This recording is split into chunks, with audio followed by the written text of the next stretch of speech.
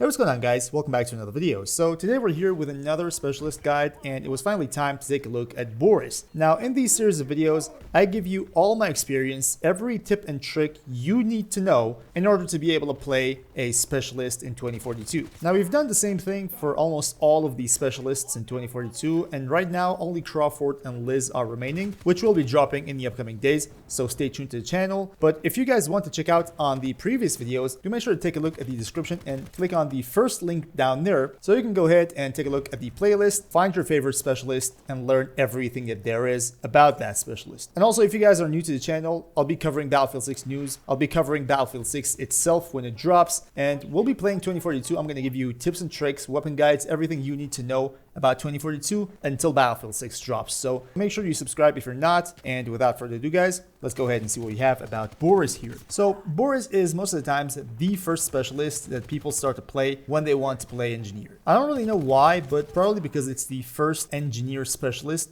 in the list, maybe, but it was my first specialist as engineer that I started to play, and believe it or not, it took me quite some time to get the T1 mastery for and actually start knowing how Boris actually plays and how it should be played. Simply just looking at Boris looks very simple, but in the meantime, you will be rewarded if you actually play strategically and if you know what you're doing, right? And you are watching this video to know exactly what you need to do. So first of all, let's take a quick look at the specialist gadget and the specialist trait. The gadget is called the SG-36 Sentry Gun. It automatically targets hostiles with priority given to vehicles unless infantry targets are within close range. It's a very capable gadget, to be honest, and we're going to talk a lot about this in today's video. Also, your specialist trait is called Sentry Operator, and nearby sentry guns are more effective. So if there are other players playing Boris and they've deployed a sentry gun, you being around will make their sentry guns more effective. Now the game doesn't really tell you what it means by effective. It might need less time to lock onto people and start firing. It might deal more damage. Just keep in mind that the trait actually does something like that. And if other Boris players are actually near your sentry gun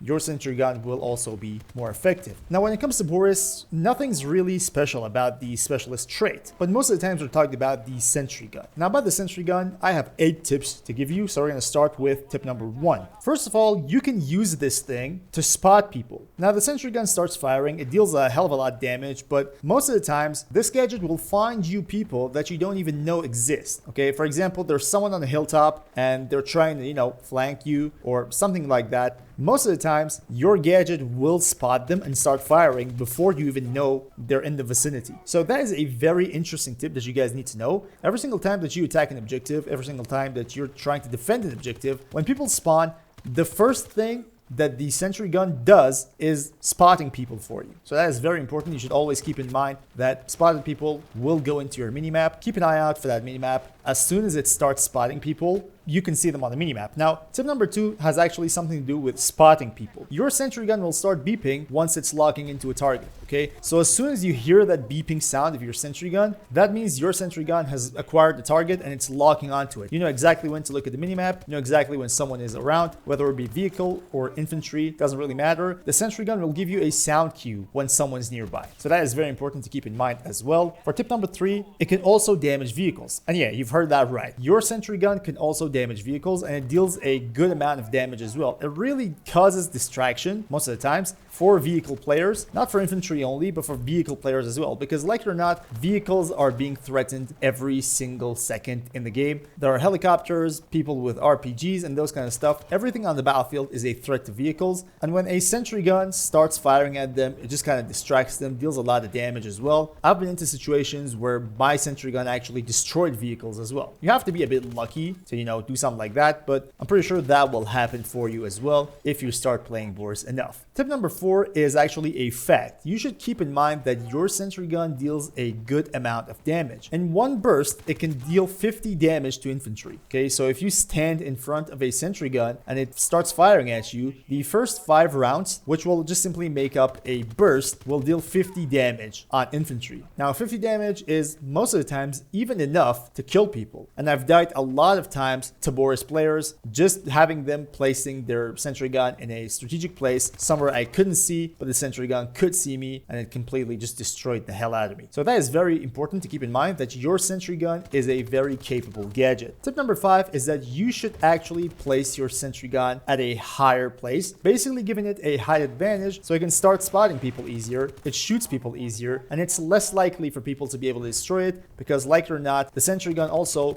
takes a lot of damage before it's destroyed. So people need to actually start firing at it, sometimes even half a mag to completely destroy it. So the more you give it height advantage, the more you set it in a strategic place, the harder it gets for enemies to destroy it. And that is some sort of experience that, you can gain by playing Boris for countless of hours until you finally figure out that height advantage is something very positive for your sentry gun. Height advantage in general in Battlefield games is very good, and most of the times is positive for you if you can, attain it somehow. But for your sentry gun, it kind of gives you a wide space for spotting, a wide space for firing at enemies, and it's going to give you a huge advantage over enemies. At tip number 6, you can actually pre-check risky rooms and risky areas before you jump in. Now this is very tricky, and it kind of draws the line between average players and pro players. You can actually use your gadgets before you get into a room. You can just go in front of a door, for example, deploy your gadget in the room, and simply just check if there are people camping in corners and stuff.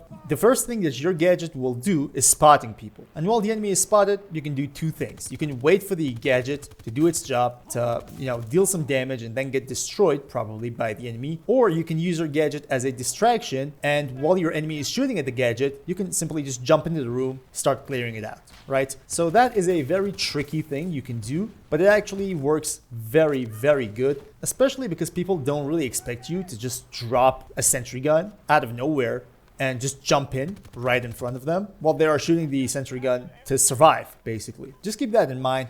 It's going to be really handful when the time is right. Tip number 8, sticking to the turret makes it more effective. Now this is very interesting to know. You as Boris not only will just buff the nearby sentry guns of your friendlies, but that effect will buff your own sentry gun as well. So if you're deploying a sentry gun and if you're sticking around, it's going to make it more effective. So your trait actually works in your own favor as well. It's not only a team advantaging trait, it's basically doing something for yourself as well. So if you have the opportunity, stick around your sentry gun, and that's going to guarantee that your sentry gun will be more effective. Now that was about all the tips that I had to give you about the sentry gun, but the video is not over yet. Let's talk about T1 mastery. So you have to deal 60,000 damage to enemies, vehicle or infantry, to get the T1 mastery, okay? And while this might sound really hard to do at first glance, because 60,000 damage using the sentry gun kind of feels crazy, right? But you can do this easily in game modes like Rush and Breakthrough, and especially Rush XL,